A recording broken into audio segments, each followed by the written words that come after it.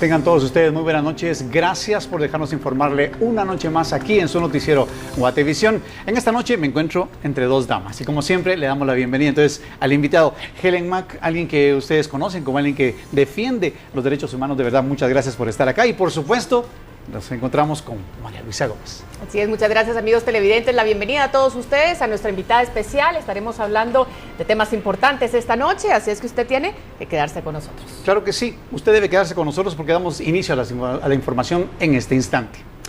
Luego que la CICIG pidiera repetir los procesos de postulación y señalara a algunos aspirantes a magistrados, hoy los comisionados han manifestado su opinión. Todos coinciden en que el plazo para presentar impedimentos ya venció. De acuerdo al presidente de la postuladora de la Corte Suprema de Justicia, el ente internacional no puede pedir la repetición del proceso, pues eso le compete a los tribunales de justicia. Ese sí no es el gendarme de las comisiones de postulación, son los tribunales de justicia los que tienen que dictaminar al respecto. De tal manera que la CICIG, su función es de servir a las instituciones del Estado, no colocarse sobre las instituciones del Estado. Uno de los magistrados de la Corte Suprema de Justicia y miembro de la postuladora de las Cortes de Apelaciones declaró que cumplieron con todas las fases del proceso, según lo señala la ley. Me parece importante resaltar el hecho que hemos pasado ese proceso, que hemos señalado o han señalado los momentos, y yo no he tenido la oportunidad de ver los señalamientos que... Sin embargo, esta semana se realizarán las votaciones para integrar las nóminas que serán entregadas al Congreso. Los decanos de Derecho opinan que cada comisionado deberá tomar en consideración los señalamientos que la CICIG realizó contra algunos aspirantes, previo a emitir su voto. Pues cada uno de nosotros es responsable y tendrá que tener los elementos de juicio y de decisión y valorarlos en conjunto con la Constitución, la Ley de Comisiones de Postulación y por supuesto la conciencia ante uno mismo, ante la patria y ante Dios. A pesar de conocer los señalamientos que ha realizado la CICIG, ambas postuladoras llevarán a cabo sus votaciones finales para así entregar las nóminas al Congreso la próxima semana. Por una Guatemala en paz, Amanda Cordero y Silvia María Corzo. Y de esto y más vamos a hablar con nuestra invitada esta noche y también vamos a hablar sobre ese alto a los procesos de postulación de magistrados, que es lo que la Comisión Internacional contra la Impunidad solicitó, argumentando que existen anomalías en las postuladoras para Corte Suprema de Justicia y Sala de Apelaciones. Tenemos aquí parte de los señalamientos. Cambios del cronograma durante el proceso. Acceso vetado al público que hubo de ser reversado por el escándalo mediático que suscitó. Poca fluidez en el acceso ciudadano a la información. Inadecuados perfiles de los aspirantes. Tablas de gradación deficientes. Además, el comisionado Iván Velázquez rechazó el hecho de que existan candidatos que son a su vez comisionados y denunció que los mismos comisionados son patrocinados por terceras personas. Si bien, como se ha dicho, no existe norma legal que prohíba postular a su postulador, no parece ético ni respetuoso del Estado de Derecho que un comisionado reúna en sí mismo la doble condición de elector y de candidato. La validez del proceso se encuentra en entredicho. Los candidatos ya ni siquiera se promocionan ante sus electores, prefieren hacerlo ante los jefes de estos, dueños de las plazas y agentes de intereses externos a la justicia.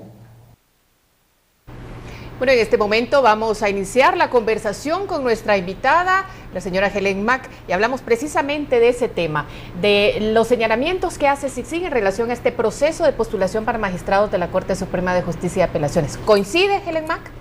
Coincidimos totalmente. CICIG se había mantenido al margen precisamente porque siempre señalan de que los extranjeros siempre intervienen en los procesos. CICIG lo único que hizo fue reiterar los vetos que la sociedad civil presentó. ¿Y qué acerca de esta...? O sea que y todos los vetos fueron rechazados.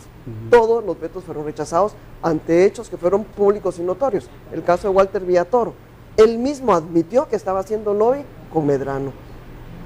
Él mismo, bueno, todo el mundo también es a Vox Populi, se sabe que él tenía un arreglo con Byron Lima para poderlo dejar libre.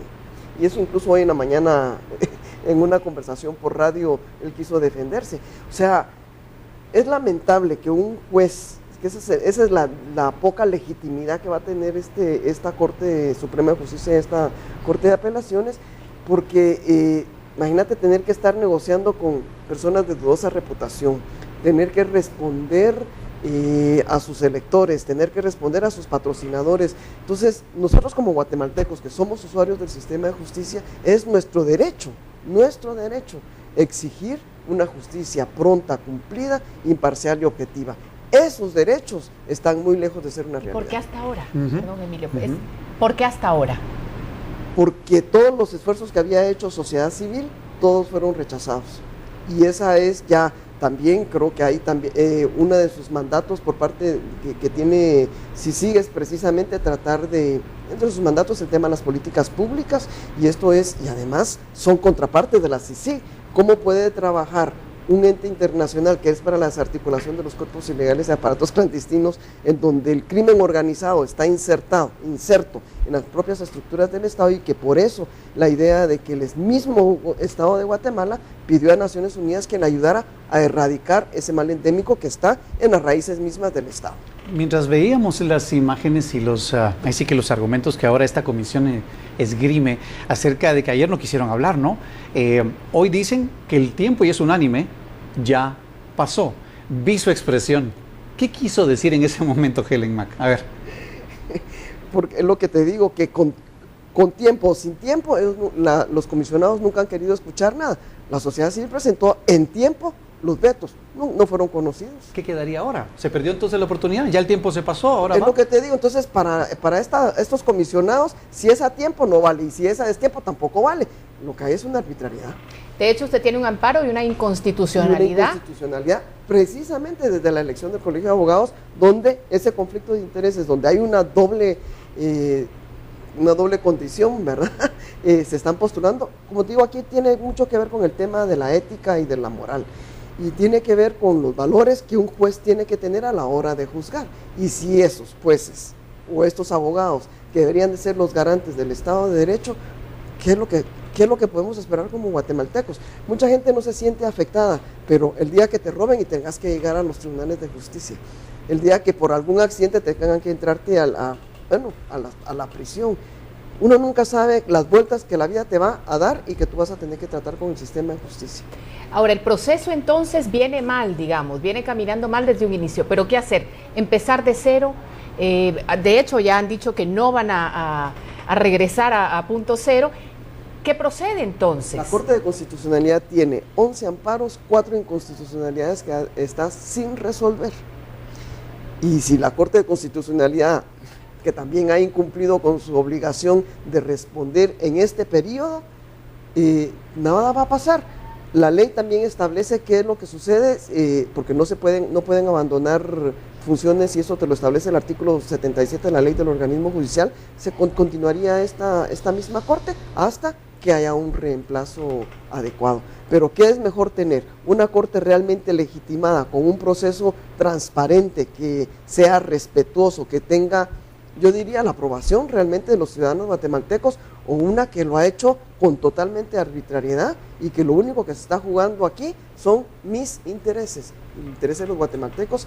¿Dónde está? Que están siendo ellos devengando un salario con nuestros salarios, con nuestros impuestos, y por eso el tema de la probidad es importante en cualquier funcionario judicial. ¿Hay algo que se puede hacer todavía? Digamos, es que me llamó mucho la atención su expresión cuando se dijo, ¿no? ¿Qué es lo que ellos dicen? O sea, ya se pasó el tiempo, ya no hay más. ¿Será que esto logrará callar a aquellos que están en desacuerdo con este proceso? Yo le voy a pedir que usted me guarde la respuesta, porque vamos a ir ahora a un corte comercial. Ya regresamos con más aquí a su noticiero Guatevisión. Tenemos mucho más que hablar con ustedes y con Helen Mack en esta noche aquí en el noticiero. Y vamos a continuar hablando, por supuesto, con nuestra invitada de esta noche, Helen Mack, sobre todo en el tema de las postuladoras para Corte Suprema, y vamos a hablar precisamente en relación a los señalamientos contra las comisiones de postulación. CICIG resaltó la importancia de elegir magistrados dignos e independientes, caso contrario a lo que ha sucedido con algunos de ellos, refiriéndose a los encuentros entre el alcalde de Chinautla, Arnoldo Medrano, y el magistrado de la Sala Primera de Apelaciones, Walter Villatoro, asimismo aludiendo al magistrado de la Corte Suprema de Justicia, Eric Álvarez. ¿Cuál es el poder de este alcalde que se burla de la justicia y que sería capaz de incidir para que un recomendado suyo llegue a la alta magistratura? ¿Tendrá alguna relevancia en un proceso de selección de magistrados que quien alguna vez siéndolo dispuso de recursos del Estado para hacerse acompañar de su asistente a una cumbre judicial en el exterior, y una vez puesto en evidencia por una información de prensa, devolviera o reintegrara los dineros que le habían sido irregularmente entregados? Los últimos señalamientos los dirigió en contra de la jueza Giselle Reynoso y el juez Adrián Rodríguez por enriquecimientos sospechosos. CICIG planea, de hecho, presentar una solicitud de antejuicio contra ambos. ¿Es válido o no que en un proceso transparente de selección de candidatos a la magistratura pueda examinarse el patrimonio de estos y pedirles explicación de cómo, con salarios que, hechos los descuentos de ley, no superan los 350,000 quetzales al año, puedan ser propietarios, por ejemplo, de un lujoso inmueble? Y bueno, y tal y como lo decíamos antes de salir al corte, hay mucho que hacer. Pero bueno, ¿qué queda por hacer? Si ellos dicen que ya se pasó el tiempo, ¿qué es, por ejemplo, lo que Mirna Mac ve que se puede hacer o sencillamente se pasó el tiempo? No se ha pasado el tiempo, los mecanismos existen, y como digo, yo me burlo de esas comisiones de postulación, especialmente del padre Serrano. La verdad es lamentable, ¿verdad? Uno puede respetar el sacerdocio, pero creo que deja mucho que decir en cuanto a sus conocimientos sobre ética y moral, porque los vetos se presentaron en tiempo. ¿Y qué pasó con esos vetos? Y fueron hechos públicos y notorios, porque salieron en la prensa, y ningún veto pasó. Y ahora hay hechos nuevos, como lo es el tema del enriquecimiento ilícito, y tampoco es aceptado. Entonces, para estas comisiones nada es bueno. Si es con tiempo o no es con tiempo, es todo el negocio, y ellos están siendo cómplices y comparsas de la criminalidad y de que la moral pública, por eso es que me extraña de un sacerdote sea cómplice o copartícipe de la disminución de una moral pública. ¿Estos señalamientos no afectan en nada entonces a los candidatos? Es que no los tomaron en cuenta, simple y sencillamente los obviaron. Entonces hay un cumplimiento, pues digo, estas comisiones de postulación pueden tener la legalidad y están cumpliendo con la formalidad, pero no tienen la legitimidad ni el respeto de los ciudadanos, por lo menos de los que estamos vigilantes a este proceso por el tema de la transparencia. La ley establece, porque ha sido muy opaco, establece la publicidad y la transparencia, y esto lo que menos ha tenido es de transparencia y publicidad. Porque mencionaba el comisionado de la CICIG, estos comisionados candidatos, por ejemplo, hay una gran cantidad de ellos, no es ilegal, pero dice pero es ético, no es ético. Cuestión ética. Yo por eso te digo, ¿dónde están los conceptos de ética de los que están formando parte de esas comisiones, ¿verdad? ¿Dónde está? Han habido ciertas reglas del juego, ¿no? De cómo se tenía que hacer, que si se hacía en público, que si se hacía en privado, que si teníamos acceso con la prensa, que si no se tenía. ¿No será que esas reglas, dicen algunos, se tienen que volver a revisar para ponerlas en práctica? Yo soy de la opinión que tú puedes tener las mejores leyes, pero si tú tenés a un delincuente o un amoral para aplicar la ley, por muy buena que sea la ley, la vas a retorcer. Y por eso es que en muchos países el tema de la reconocida honorabilidad es bien importante, porque son los que te garantizan esa moral pública o ese Estado de Derecho.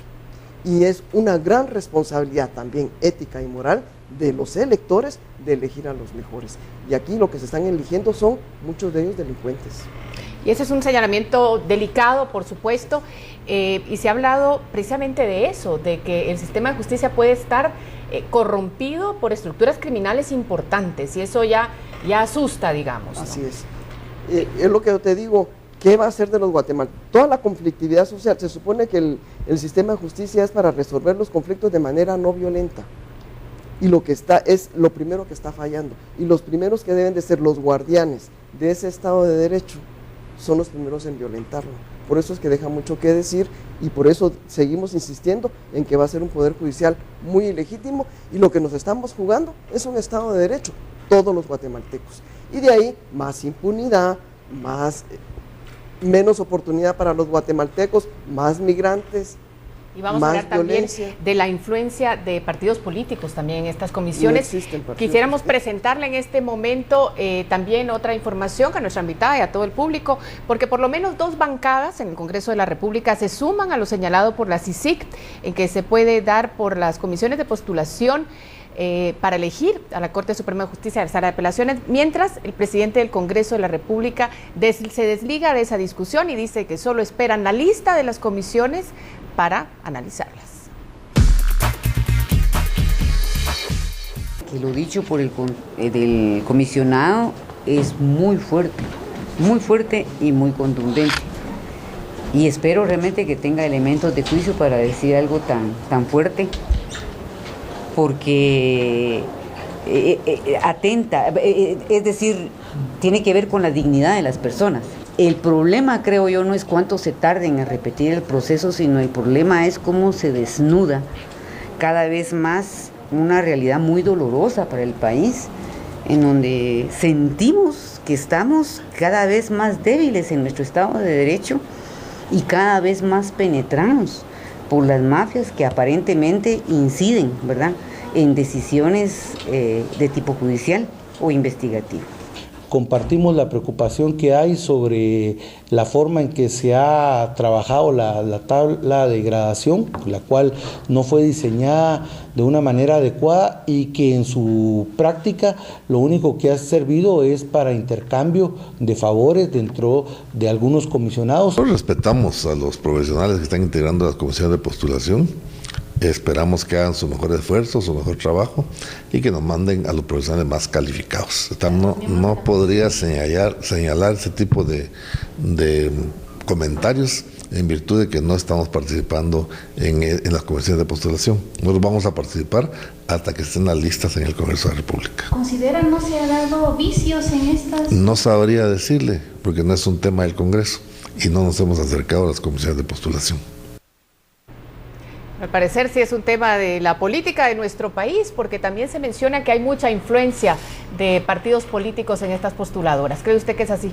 Por supuesto, ellos están llamando y mantienen una relación directa y constante con las comisiones de postulación. Nosotros en las comisiones pasadas eran como a las 3 de la mañana y ahí tú tenés y puedes ver a todos los comisionados llamando por teléfono y los diputados están comunicándose cuál sí y cuál no. Nosotros incluso hicimos la sugerencia de que no deberían de existir celulares a la hora de estar eligiendo, pero fue imposible.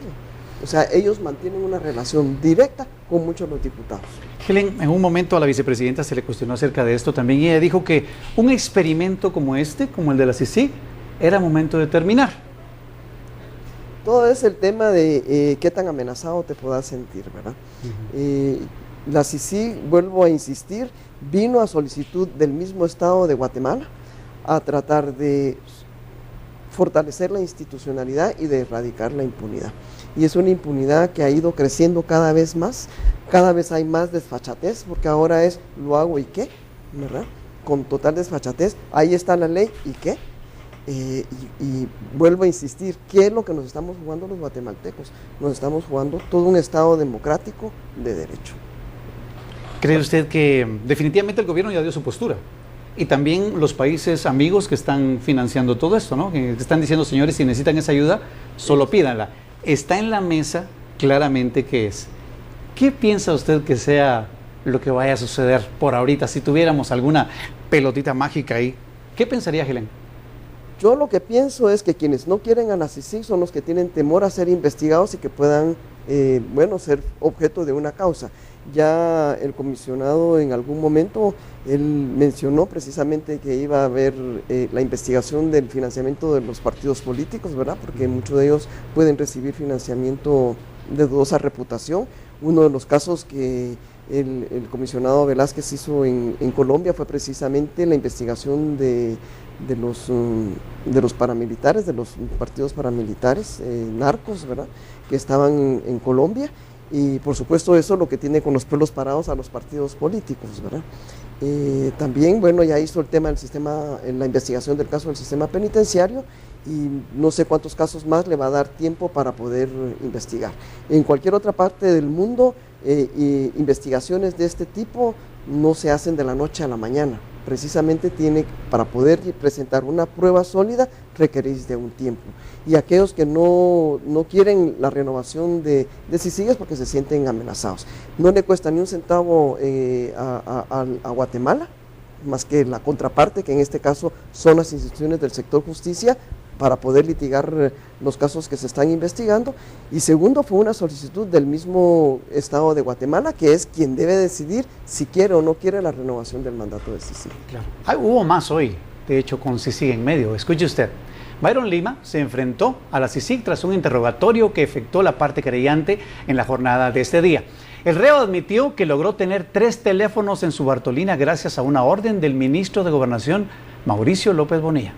Los cuestionamientos que realizó la CICIG como parte querellante hacia Byron Lima provocaron un solo tipo de reacción en el sindicado: la evasión de las preguntas. Lima, sindicado por cobrar por traslados y por comodidades, así como de dirigir una organización criminal paralela en el sistema penitenciario, finalizó hoy su declaración después de 3 días. Indicó que por orden del ministro de Gobernación, Mauricio López Bonilla, contaba con 3 teléfonos en su Bartolina. Detrás de la puerta de acceso a la Bartolina, para ser más específico y más amplio, de los cuales 2 entraban y salían llamadas, y uno, que si no bien recuerdo, era de fichas. Pero Lima Oliva continuó con la evasión de las respuestas que mantuvo durante todo el interrogatorio. Usted ha dicho 3 teléfonos y ha referido que uno de estos tenía servicio de internet. Concreta el despacho, ¿cuál de estos 3 teléfonos tenía servicio de internet? ¿Qué despacho?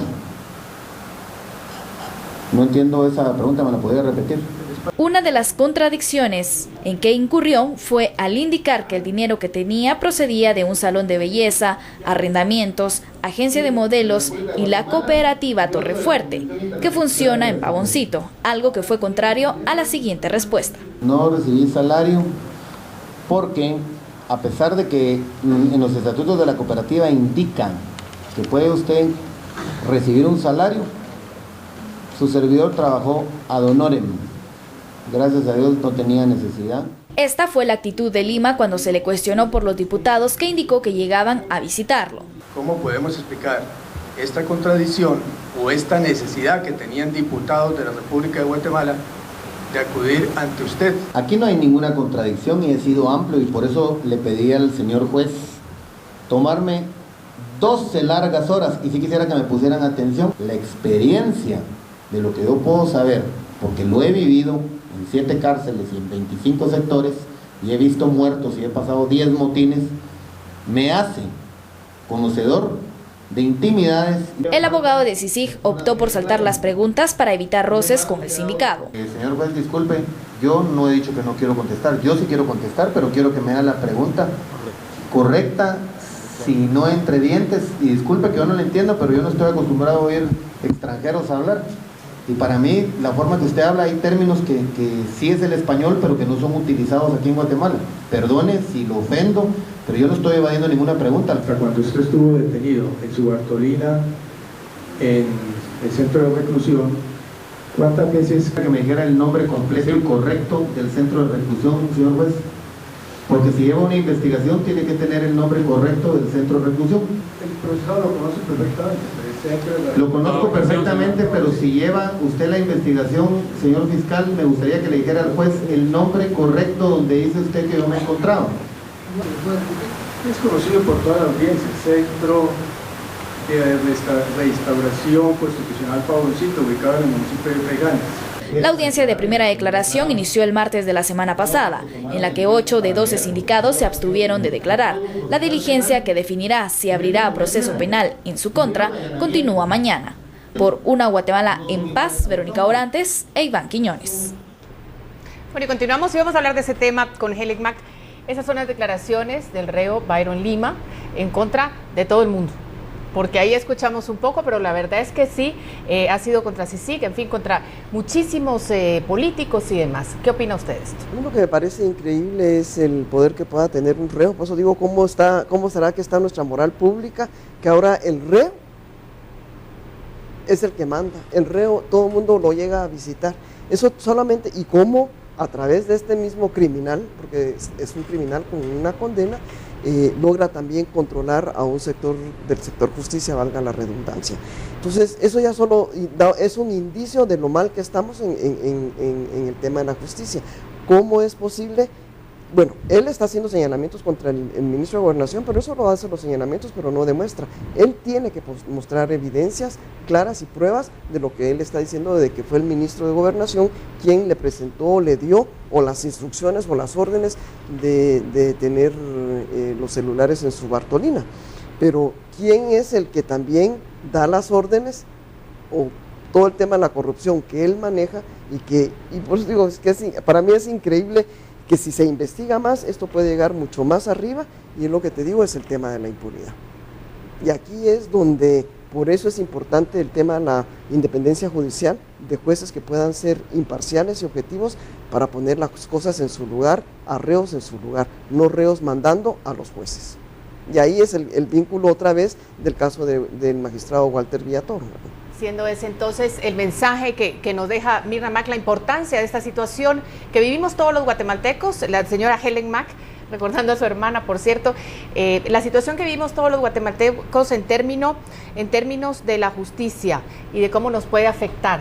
Así es. Así es que con esto despedimos entonces a Helen Mack. Muchísimas gracias por estar con nosotros. No, gracias a ustedes. Y por compartir esas opiniones importantes para todo el público de Guatevisión. Claro que sí, Helen, gracias por su tiempo. Y bueno, solo vamos a hacer una pausa, pero ya regresamos con mucho más aquí a su noticiero Guatevisión.